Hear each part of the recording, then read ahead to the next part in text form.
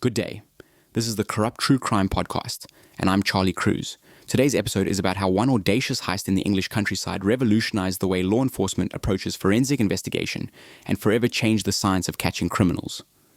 The train driver sees red, literally, and brings 63 tons of locomotive to a halt in the middle of absolutely nowhere. It's 3 a.m. on a quiet stretch of English countryside, and Jack Mills assumes it's just a signal malfunction. Routine stuff. He sends his co-driver to check the trackside phone. That's when 15 men in balaclavas emerge from the darkness like something out of a fever dream, and Mills realizes this is anything but routine. Within minutes, they've taken control of his train, separated the engine from the rest of the carriages, and forced him, injured and terrified, to drive half a mile down the track to a bridge where trucks are waiting. What happens next will go down as one of the most audacious robberies in history. The target? 2.6 million quid in used banknotes, the equivalent of about $75 million today. And here's the beautiful, terrifying thing. For exactly 27 minutes, the plan works perfectly. Let's rewind, because you need to understand something about criminal ambition in early 60s England. Most thieves were knocking over corner shops and betting parlours. Small-time stuff. But there was this crew forming in London's underworld, and they were thinking bigger. Much bigger. The mastermind was a bloke named Bruce Reynolds, antiques dealer by day, sophisticated criminal by night. Reynolds had vision. He'd been pulling jobs for years, but he wanted what he called the big one. The score that would set him up for life. Reynolds started assembling a crew like you're casting for a heist film. Gordon Goody, the intelligent planner. Buster Edwards, the likable florist with a criminal sideline. Charlie Wilson, the muscle. Ronnie Biggs, a small-time crook who'd later become famous for all the wrong reasons. And about 10 others, each with specific skills. 15 men total. Too many, as it turned out, but we're getting ahead of ourselves.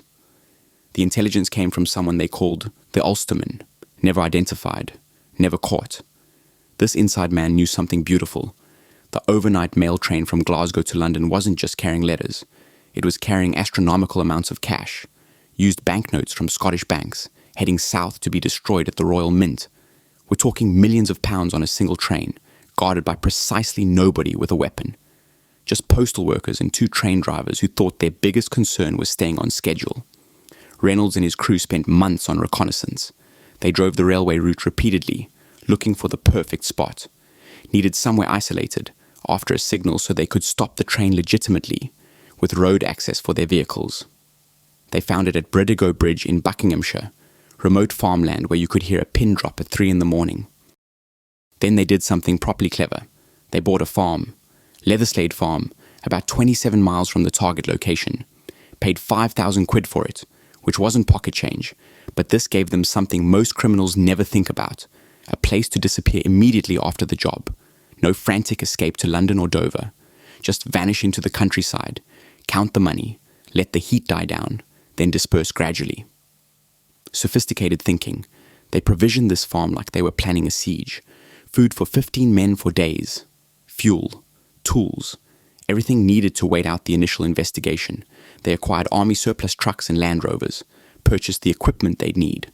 Gloves, balaclavas, crowbars, axes. And here's where it gets technical. They figured out how to tamper with railway signals using just a battery, some wire, and a leather glove. The plan was mechanically simple, but required perfect timing. Stop the train using rigged signals. Overwhelm the crew. Separate the engine and the high-value mail coach from the rest of the train. Drive it to the bridge where their vehicles waited. Load the money. Disappear to the farm. Wait. Win. The night of the robbery, they're positioned under Bridego Bridge, invisible from the tracks. Roger Caudry and another bloke rig the signals, cover the green with a glove, wire up the red to stay illuminated. The train would see amber for caution, slow down, then see red, and stop. Railway regulations required it. No choice. 3:03 in the morning, it works exactly as planned. The train stops. David Whitby, the co-driver, gets out to use the trackside phone to report the signal. The phone's dead. Gang cut the wires. While Whitby's investigating, several men grab him. Simultaneously, others swarm the locomotive. And here's where the first major problem hits. More after our break. My name is Tom Sachs. I'm an artist in New York City. For nearly 2 decades, I have been collaborating with Nike. Nike running is for runners, Nike basketball is for basketball, Nike craft is for everyone else.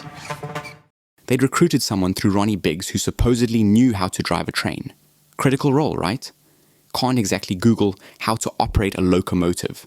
This guy gets in the cab and immediately realizes he's got no idea what he's doing. Absolute disaster. So they force Jack Mills, already injured from the initial ambush, to drive the train himself. The accounts differ on exactly what happened to Mills, but what's clear is he suffered head injuries that would affect him for the rest of his life. This moment, this failure to properly vet their train driver, transformed the whole operation from clever heist to violent robbery in the public's mind. But in the moment, it still works. Mills drives the uncoupled engine and first 2 carriages half a mile to the bridge. The gang swarms the high-value coach. 5 postal workers inside are ordered to the floor. Nobody fires shots. They didn't even have guns, just coshes and intimidation. Then begins the most remarkable bit, a human chain, 15 men passing 120 mail sacks from train to trucks. Each sack weighs 50 to 80 pounds. They're moving 2.6 million quid in cash by hand, in the dark, forming an assembly line like something out of a heist film. 20 minutes. That's how long the actual robbery takes. They load everything into their vehicles, leave 28 additional sacks behind because they're either out of time or out of space. That's another £300,000 they just abandon. Then they're gone. Land Rovers and trucks disappearing into the Buckinghamshire countryside at 3:30 in the morning, heading to Leatherslade Farm while the train crew is still processing what just happened. At the farm, it's celebration time. They're counting money, dividing shares, thinking they've pulled off the crime of the century. Each man's getting roughly 150 to 180,000 pounds. Life-changing money. They're exhausted, exhilarated, and according to later accounts, playing Monopoly with real cash to practice counting it. That detail becomes important. The plan says, lay low for weeks. Let the investigation chase ghosts, then gradually disperse, never spending conspicuously, living quiet. The plan is actually solid. But here's the thing about plans. They require discipline. And discipline is hard when you're a criminal sitting on a fortune. First, the farm was supposed to be professionally cleaned, wiped completely. Every fingerprint, every trace, gone. Someone was hired for this, allegedly arranged by one of the gang members. Either they didn't do it, or they did the worst cleaning job in history. Within days of the gang dispersing, Leatherslade Farm is still a forensic goldmine. Then, 5 days after the robbery, a herdsman named John Maris notices something odd about the remote farm, reports it to police. When investigators arrive, they find what can only be described as a masterclass in what not to do after committing a major crime. Fingerprints everywhere. On the Monopoly set, they'd used to count money, on ketchup bottles and beer cans, on the vehicles they'd stashed nearby, paint matching the newly repainted getaway trucks, mail sacks from the train. It was less a hideout and more a crime scene gift-wrapped for Scotland Yard. The investigation had been going nowhere, chasing leads across the country. Now, suddenly they've got forensics. Lots of forensics. They start matching fingerprints to known criminals, building a web of connections, and several gang members make it worse by being spectacularly stupid with their money. Roger Caudry gets caught in Bournemouth with £141,000 in cash, in a seaside resort, just sitting there with more money than most people earn in a lifetime, apparently thinking nobody would notice. Others start buying flashy cars, expensive goods. One of the cardinal rules of successful crime, if you suddenly have unexplained wealth, don't flaunt it, goes completely ignored. The arrests come fast after the farm discovery. Roger Caudry first, then Bill Bole. Throughout late August and September, Scotland Yard is rounding up gang members one after another. The fingerprints from the farm make identification straightforward. These weren't criminal masterminds with no records. They were known quantities, many with priors. Once the farm linked them together, connecting the dots was just legwork. More after our break. Building a new product? Temez Labs takes you from napkin sketch to the App Store. Trusted by Fortune 500s for quality, security, and speed. Book your free strategy session at temez.ai. By trial time, they've got most of the 15. Bruce Reynolds manages to evade capture initially. He's smart enough to actually disappear properly. Ronnie Biggs is caught. Gordon Goody, Charlie Wilson, Buster Edwards, most of the crew. 3 gang members are never identified. One of them, Jimmy White, apparently had the discipline everyone else lacked. He's never caught, never charged, disappears completely. That's what proper tradecraft looks like. The trial begins at Aylesbury. The prosecution lays out the case methodically. The planning, the execution, the evidence from the farm. The defense doesn't have much to work with. The evidence is overwhelming. When sentencing comes, it shocks even hardened criminals. 30 years, 3 decades, for most of the gang members. This isn't just punishment, it's a message. The establishment is deeply unhappy about 15 blokes making fools of the railway system and stealing millions. But here's where it gets properly cinematic. In July of the following year, Ronnie Biggs escapes from Wandsworth prison. Just goes over the wall. He eventually surfaces in Brazil, beyond UK extradition, and spends decades there, becoming weirdly famous. More famous than he ever would have been just for the robbery. He's selling t-shirts, doing interviews, living off his notoriety. The Great Train Robbery becomes this ongoing cultural phenomenon, partly because Biggs keeps it in the headlines. Charlie Wilson escapes too, though he's recaptured in Canada a few years later.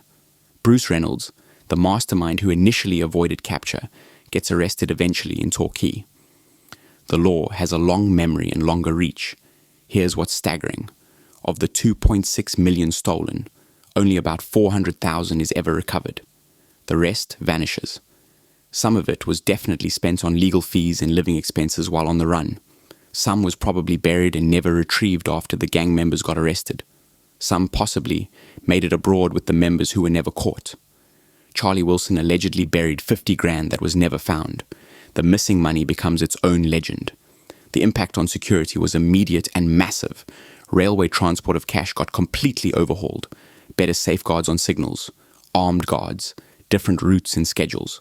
The robbery exposed vulnerabilities in systems that had relied on obscurity rather than actual security.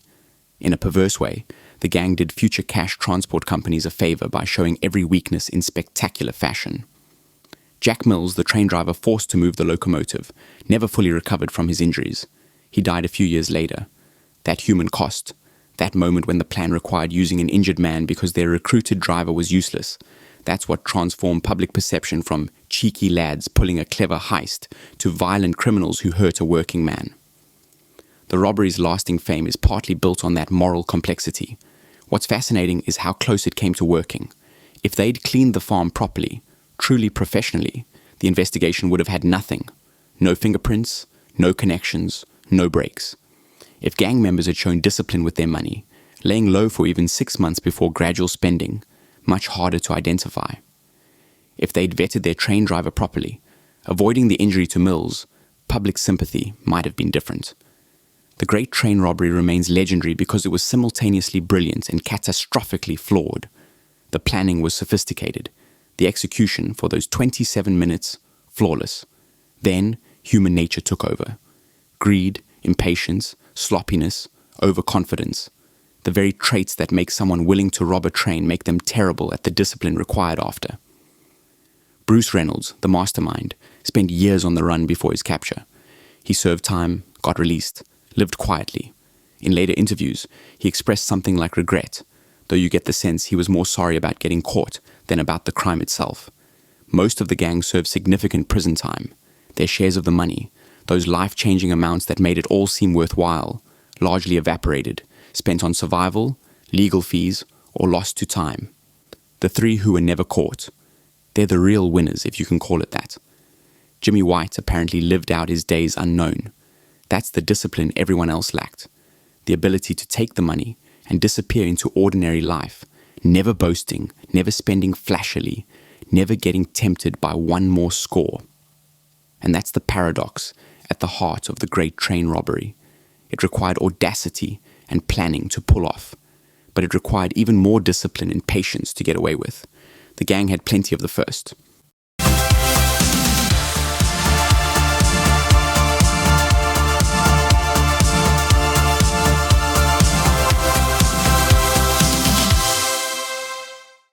Grab news.